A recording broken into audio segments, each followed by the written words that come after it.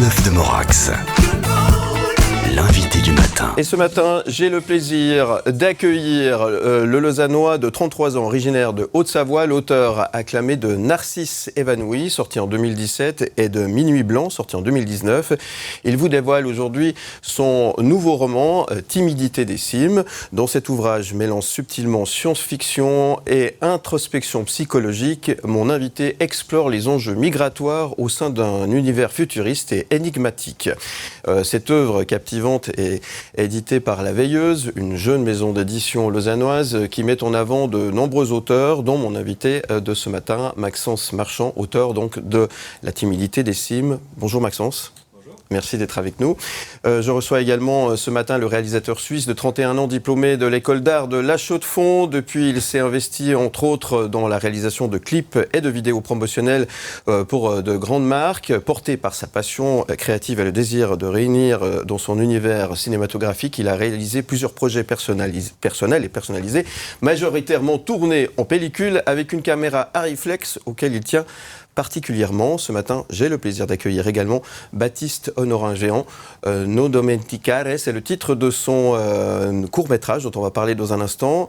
Traduction en français dans le texte, N'oublie pas. Bonjour Baptiste. Hello. Merci d'être avec nous. Merci à tous les deux d'être là ce matin. Alors j'ai tenté de décrire certains traits communs entre vous, messieurs. Voici les mots qui ressortent. Artiste passionné, créatif, volontaire, polyvalent, pour ne pas dire touche à tout. Est-ce que ce sont des mots qui vous conviennent, Maxence, pour commencer ? Ouais, je crois. Après, j'aime pas tellement l'étiquette de touche à tout parce que moi j'ai l'impression que, touche à tout, touche à rien. Ouais, exactement, un petit peu. Mais après, c'est vrai que dans en tout cas, si je regarde ma biographie un peu, c'est vrai que j'ai fait beaucoup de musique, comme on en parlait avec Baptiste avant. Du coup, j'ai travaillé aussi avec des gens qui font des clips, etc. Et puis, je dirais que j'ai deux passions vraiment, c'est la littérature et la musique. Et puis le reste, c'est tout ce qui va autour, quoi. Il manque un mot peut-être dans ce que j'ai dit, qui devrait ressortir plus que d'autres. Travailleur. Je pense que ça doit être la même chose pour Baptiste. Alors même question pour Baptiste alors. Je crois que cette polyvalence, c'est tout à fait ça, en tout cas de pouvoir avoir une certaine liberté, de pouvoir travailler sur plusieurs projets, ou en tout cas sous plusieurs étiquettes, et je crois que ça rejoint aussi un peu ce que Maxence fait. Mais oui, ça nous permet d'avoir aussi plusieurs supports, de travailler avec différentes personnes.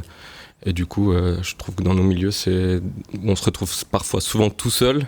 C'est bien d'avoir une diversité dans les projets pour pouvoir s'entourer au mieux. Le mot touche à tout n'était pas péjoratif, parce que finalement, toucher à tout, ça peut être intéressant, parce que dans les deux cas, que ce soit au niveau du cinéma, c'est la possibilité aussi d'amener un peu ses connaissances musicales. Pour vous aussi, ça permet peut-être d'explorer d'autres univers. Finalement, c'est peut-être pas plus mal de picorer un petit peu dans différents univers, non ?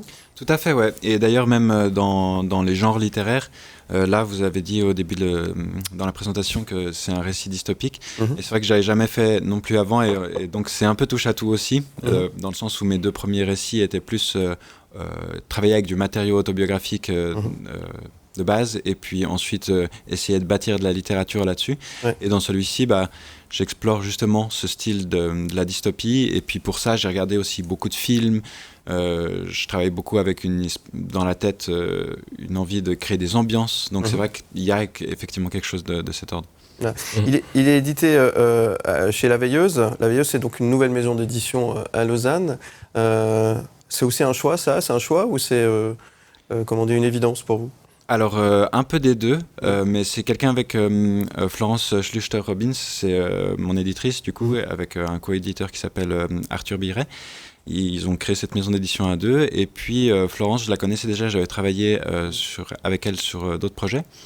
Et puis donc c'était une évidence pour moi de continuer à travailler avec elle, parce qu'elle fait vraiment de l'accompagnement avec ses auteurs. Donc ce texte-là, je lui ai envoyé il y a déjà 1 an. On a travaillé dessus, donc pour moi, c'était évident de le sortir avec eux, quoi.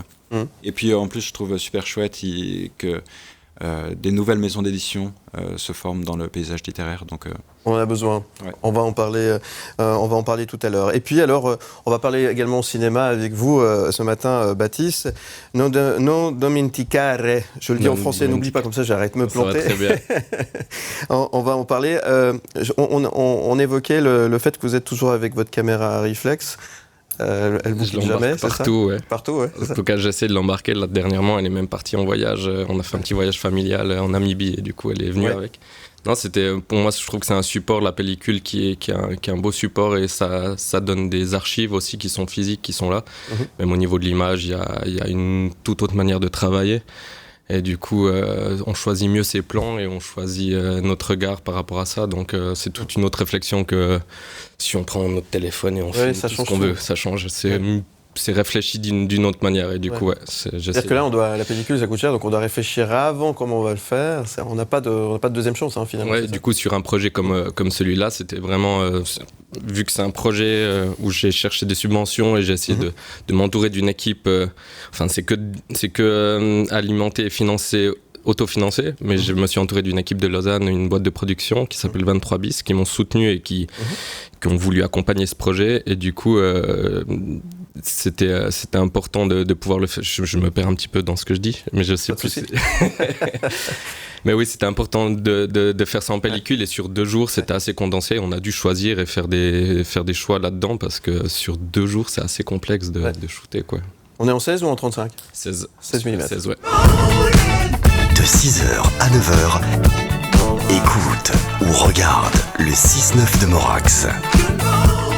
L'invité du matin. Et je reçois ce matin Maxence et Baptiste. Merci à tous les deux d'être avec moi ce matin pour parler de vos univers, des univers différents mais qui se rapprochent finalement sur certains points.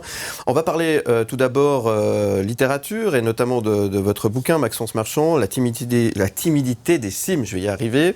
Ça marche plutôt bien pour vous. Vous étiez au Livre sur les quais notamment. Il y a eu pas mal de résonance autour de ce livre.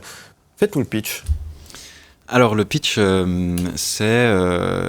en fait, je vais plutôt dire de quoi je voulais parler, ça m'aidera à faire le pitch. Ouais, ok. En fait, je voulais parler du phénomène migratoire, en fait, parce que j'avais, pour des raisons personnelles, eu lien avec quelqu'un qui, dans l'histoire de sa famille, avait dû passer d'un pays à un autre. Et puis, en même temps, et du coup, j'ai commencé à beaucoup lire sur ce sujet, et puis en même temps, je voulais pas tomber, en fait, dans... des débats politiques et puis moraux à me dire je veux dire ça c'est bien, ça c'est mal, etc. Je voulais un peu plus m'évader et du coup j'ai décidé de placer en fait une situation migratoire mais dans le futur, dans un futur où les gens ne passent pas d'un territoire à un autre mais d'un temps à un autre. Et puis en fait du coup c'est l'histoire de Louisa qui est une jeune femme qui arrive dans le futur et puis elle va rencontrer dans un parc située au milieu de la ville, dans lequel elle se réinsère un petit peu, parce qu'on comprend qu'elle a des traumatismes.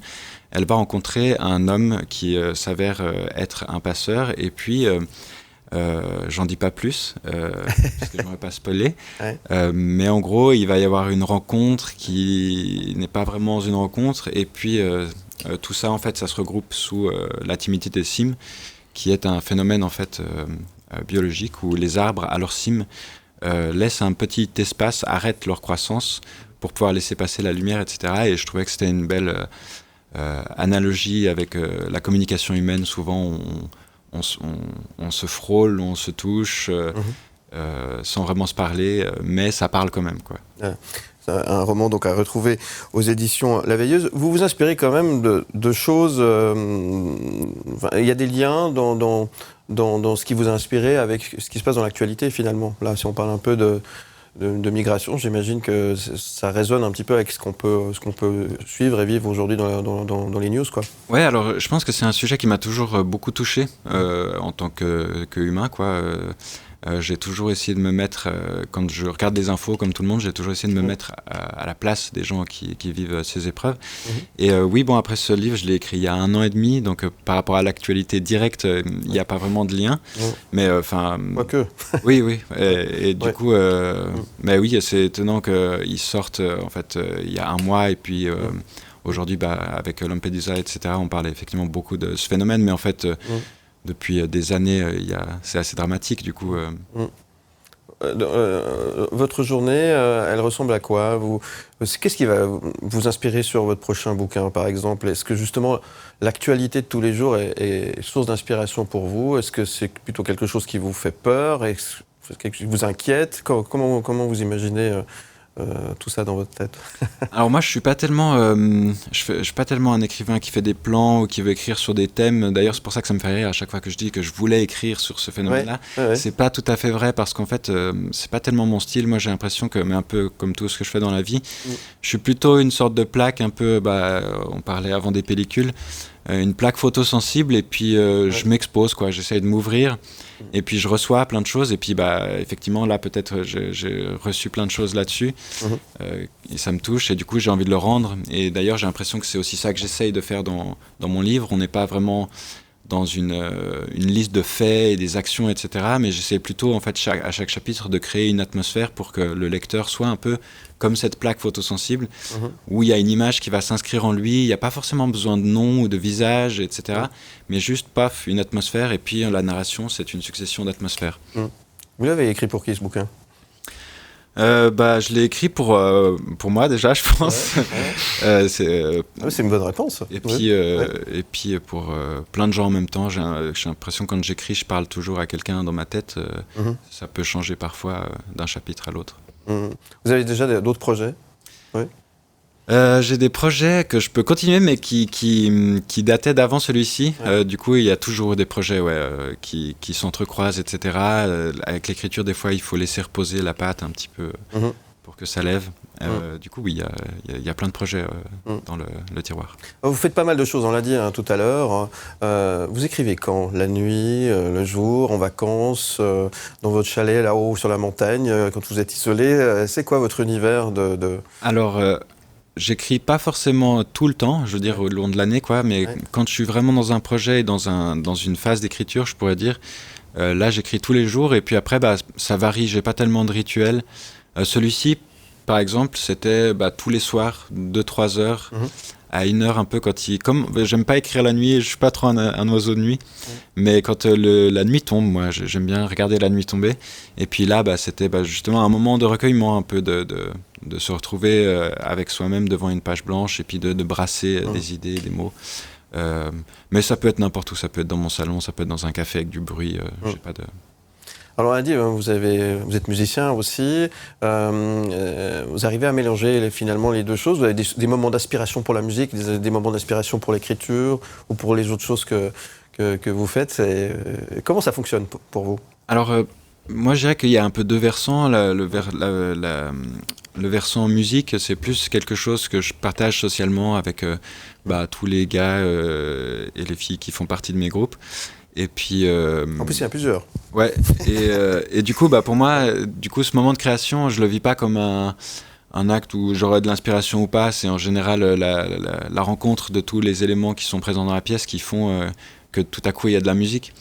Et du coup, pour moi, c'est plus ma démarche sociale un petit peu. Et puis, l'écriture, c'est clairement, par contre, très solitaire. Et du coup, je pense que c'est beaucoup plus personnel et c'est beaucoup plus proche de moi, la littérature. Mais par contre, j'adore la musique. Je trouve que c'est la vie. C'est vraiment très vivant, la musique. Baptiste, vous lisez de temps en temps quand on est réalisateur? Est-ce qu'on s'inspire un petit peu de ce qu'on peut lire, de ce qu'on peut voir Est-ce que vous connaissiez déjà Maxence. Maxence, pour commencer. Alors, je ne le connaissais pas, on s'est rencontrés ce matin. Non, la lecture, un petit peu, mais c'est pas ça qui est primordial, en tout cas dans ma réflexion. Moi, j'aime bien me retrouver aussi assez seul et de pouvoir laisser fuser un peu ce qui se passe dans ma tête et d'avoir des sessions où je peux écrire un peu tout ce que j'ai dans la tronche. Et souvent, c'est comme ça que les projets naissent. C'est que typiquement, ce projet-là, je l'ai écrit, je crois, j'ai écrit des bribes de trucs il y a 2 ans. Et je l'ai laissé mûrir. Et puis, c'est comme ça un peu que le projet naît. Donc, ça peut venir de plein d'inspirations, surtout par le regard. Eh ben, on va parler de votre court-métrage dans un instant. De 6h à 9h, écoute ou regarde le 6-9 de Morax. L'invité du matin. Mes invités ce matin, je reçois Maxence Marchand qui sort, je vous rappelle, qui a sorti il y a déjà quelques semaines La timidité des cimes aux éditions La Veilleuse. On a parlé de ce livre tout à l'heure. Il faut vous le procurer absolument. Il faut vous plonger dans ce roman. Merci d'être là. Et puis je reçois également ce matin Baptiste Honorin-Géant, qui est lui réalisateur et qui va proposer tout prochainement, un court-métrage qui va participer à des concours. alors il est fini, il est terminé, mais là on l'a inscrit en festival, du coup on doit attendre un petit peu avant sa sortie. Du coup on a diffusé le teaser, mais on doit patienter un petit peu. Non dimenticare. dimenticare. J'arrive pas à le dire, je me suis entraîné plusieurs fois. Alors n'oublie pas, alors je le dis en français, n'oublie pas, qu'est-ce que c'est ? Qu'est-ce que c'est ? C'est un projet qui va dans la lignée de différents projets que j'ai fait ces dernières années, qui sont des projets plutôt personnels. Oui.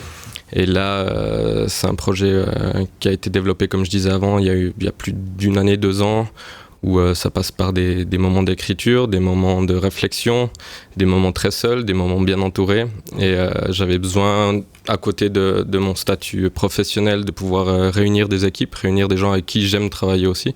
Et du coup, c'est pour ça que comme je disais aussi avant, j'ai contacté 23 bis, anciennement, messieurs, c'est ce qu'on discutait, qui ont complètement soutenu le projet et qui ont financé avec moi ce projet-là et qui ont entouré et globalisé le projet pour créer une équipe d'une 20aine de personnes et pouvoir réaliser ce projet sur 2 jours.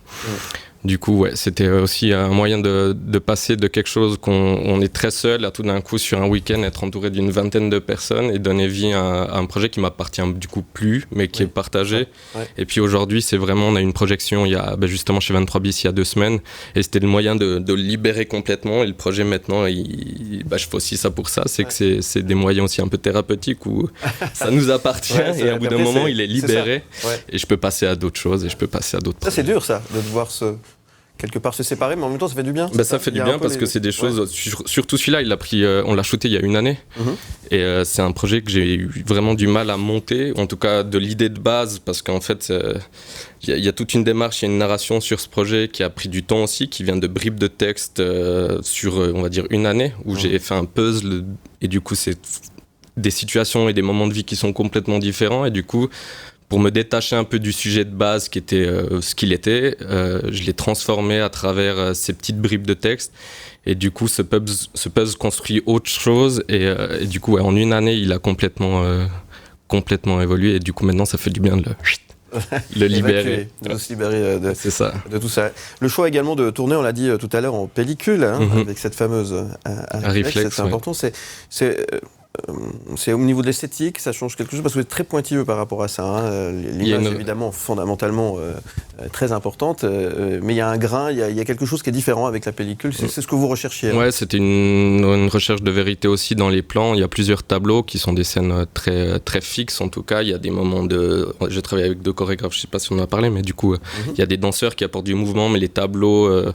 je dirais qu'il y a une dizaine de tableaux qui sont hyper soignés. J'avais besoin d'une vérité sur le tournage aussi, d'accepter qu'il y a des erreurs, d'accepter que peut-être au bout de 2 jours de shoot, quand je vais recevoir la pellicule en retour, il n'y a rien du tout. Et du coup, c'est des challenges. Et puis du coup, c'est des autres manières de travailler. Et du coup, je trouve qu'on est beaucoup plus proche aussi de ce qui se passe sur le tournage quand on a une caméra comme ça qui a son propre caractère et du coup qu'on peut pas tout maîtriser en fait. Et du coup, s'il y a un lâcher prise. Du coup, si je peux me permettre une question, tu travailles avec une caméra, même pas 2, si tu as justement un problème de... étonnamment, on n'a pas travaillé du tout avec des caméras numériques parce que certaines personnes pourraient se dire qu'on double les trucs au cas où. Et là, on n'a pas fait ça. Par contre, on avait 2 caméras pellicules d'eux-mêmes. Pour au cas où qui bug. Donc en fait, il a 2 Arriflex, c'est ça. J'ai pris un pote qui en avait une aussi pour assurer le coup. Ouais.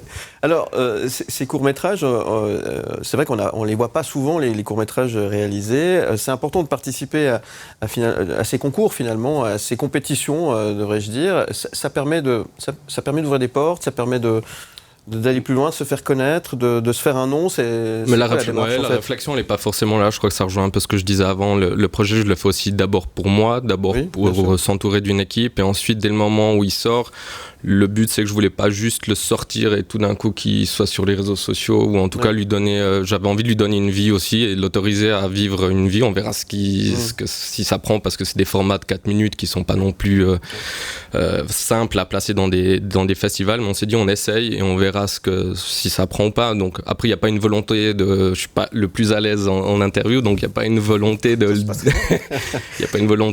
d'en parler ou d'en faire quelque chose, mais c'était lui donner sa chance. Ouais, parce qu'aujourd'hui, c'est là où je voulais en venir, c'est que vous avez tourné en 16 mm pour qu'on puisse voir ce film, ce court-métrage sur les réseaux sociaux. On n'a pas envie de le voir en salle, ce film ? C'est pour ça qu'on attend de pouvoir le diffuser plutôt sur des écrans, parce qu'il y a toute une dimension aussi sonore qui est présente. J'ai travaillé avec un compositeur neuchâtelois, Tijani Bachi, qui m'accompagne sur différents projets, sous le nom de Host, plutôt on le connaît, et du coup il a vraiment créé un univers, et je pense que c'est important de l'entendre aussi. Il y a une narration, il y a une voix, une jeune fille qui parle en italien dessus, du coup il y a vraiment je pense que ça vaut la peine de le voir sur grand écran, en tout cas avec du bon son. C'est pour ça que j'ai pas envie de le donner et puis qu'on puisse le regarder sur nos petits écrans. C'est ça, on comprend bien et c'est normal. Donc du coup, pour faire un court-métrage, c'est combien de personnes? Ça a l'air d'être un. On parle d'un compositeur, on parle d'une équipe derrière qui a travaillé, on parle de danseurs, du tournage, etc. Le générique, il est plus long que le film, là. C'est quasiment ça. Et c'est là où ça prend du sens aussi dans nos métiers. J'aurais pu tout à fait faire ça en petite équipe, mais là j'avais cette volonté de bosser avec différentes personnes, et du coup on est plus d'une vingtaine, je dirais, même plus, à la finalité, Et puis j'ai voulu vraiment jouer le jeu d'avoir tous les rôles du cinéma, et pas simplement me dire il y en a un qui va un peu faire couteau suisse, qui va un peu faire de la lumière, un peu des trucs. Là j'ai envie de dire j'ai envie de bosser avec lui, déjà bosser avec des gens avec qui j'ai envie de travailler, que j'aime beaucoup et que j'ai envie de mettre, qui a une importance, et du coup chacun avait son rôle. On avait vraiment, c'est pour ça qu'on était plus d'une vingtaine, et chacun avait vraiment son petit rôle, et puis il y a tout qui fusait, c'était super. Et sur 2 jours, du coup, c'était méga efficace, parce qu'on a 4 lieux différents sur 2 jours, on a créé des méga bassins, parce qu'il y a des plans où il y a un lit qui flotte et des trucs comme ça. Enfin, il y avait vraiment une envergure où tout d'un coup, j'étais parti assez loin dans les décors. Et du coup, d'être une vingtaine, c'était hyper chouette, quoi. Et puis le projet de long métrage, c'est possible? C'est quelque chose qui... Je me laisse vivre et on verra un petit peu. C'est vrai que les projets, j'aime bien avoir du temps pour y réfléchir, on verra. Votre regard sur le cinéma suisse, pardon? Mais artistiquement, c'est quelque chose qui te plairait, le format long métrage ou pas? Ouais, déjà faire un vrai cours, déjà un peu plus long. On a abordé la chose un petit peu sur les clips de Tijani Bachi, justement sur Host, où on a fait un 12 minutes, 3 clips mis ensemble pour faire un 12 minutes, et c'est vrai que d'aller faire ça, après j'ai une manière de travailler où j'aime bien ces projets plutôt avec une narration et autres, pas forcément des textes et comment dire, vraiment ce côté très cinéma. J'aime bien avoir une identité plus poétique, du coup à voir comment ça peut s'articuler sur un projet un peu plus long, mais oui, c'est en réflexion. Et le regard sur le cinéma suisse actuel? C'est quoi le dernier film suisse que vous avez vu? Le dernier film suisse, c'est un réalisateur aussi, jeune réalisateur genevois, qui bosse avec une Super 16 qui s'appelle, maintenant j'ai un doute sur le nom, mais Alexandre Schild, je crois, qui a sorti différents projets. Et c'est un des derniers où j'ai aussi un film de Raphaël Piguet, qui est un ami, mais qui a fini une école à Zurich. Et j'ai vu son dernier projet. Du coup, voilà, ça reste dans des petits cercles. Merci Baptiste. La littérature en Suisse, on regarde un petit peu ce qui se passe quand on écrit aussi, on regarde un peu comment ça se passe à côté. Qu'est-ce que vous avez lu dernièrement? On va rester dans le Suisse. Ouais. Alors, dernièrement, dans le Suisse, je vais faire un peu l'autopromotion aussi, mais c'est le 2e titre en fait de la maison d'édition de La Veilleuse. Qui est un titre de Fabienne Bogadi, qui s'appelle La saveur du vent. Elle avait été primée en 2020 pour Les Immortels, le prix suisse de Lausanne. Et puis là, elle sort un nouveau roman qui est vraiment très très beau. C'est une sorte de voyage intérieur d'une personne autiste. Et c'est vraiment hyper bien. Bon, très bien. Qu'est-ce qu'on peut vous souhaiter, messieurs, à chacun son tour? Maxence, pour commencer.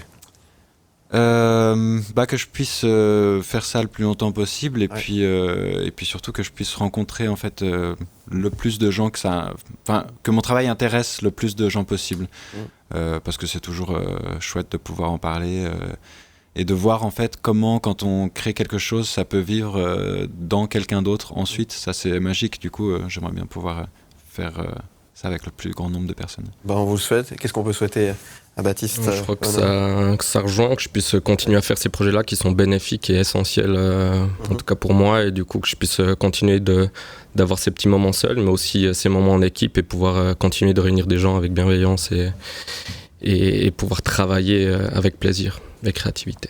Merci à tous les deux d'être venus ce matin. C'était un vrai plaisir de faire votre connaissance, de vous rencontrer. Plein succès pour la suite. Et je vous dis à très bientôt alors. Peut-être une collaboration finalement entre. Ouais, bah moi Oui. c'est un de mes rêves de filmer un de mes livres, c'est vrai ouais, ou même une nouvelle. Enfin, j'ai toujours ça dans la tête. J'essaye de penser à comment je pourrais faire ça en scénario et tout. Ok, vous me tenez au courant si jamais. On Bon vent à reviendra. tous les deux. Merci, Merci Maxence, beaucoup. merci Baptiste. Bon vent à vous. La météo.